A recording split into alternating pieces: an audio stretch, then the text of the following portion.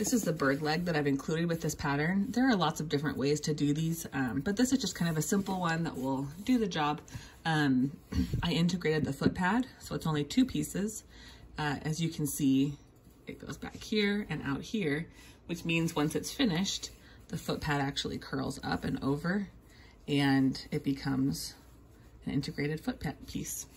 If you get wrinkles on this, that's fine. A lot of them will stretch out with stitching, but just kind of take your time. You'll get there. You can also hand stitch this one if it's a little tricky. So the first thing that I do is line up this top corner with the right sides touching. And then this line lines up with this inner piece. So we'll just line that up as well.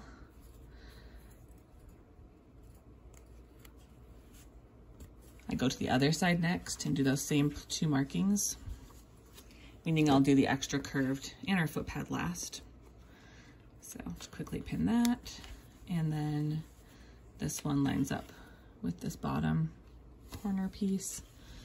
So we'll get that in place.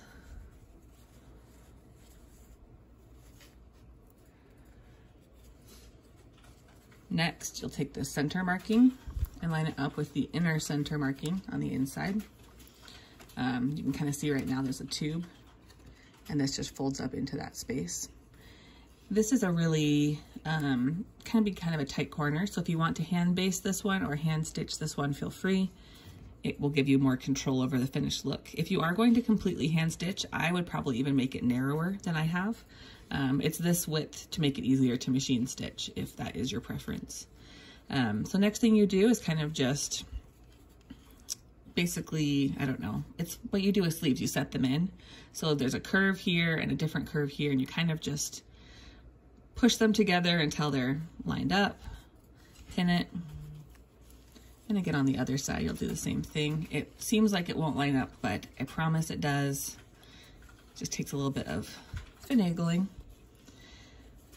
And then once that's in place, you can just stitch all the way around that perimeter, and it will fold into a finished leg.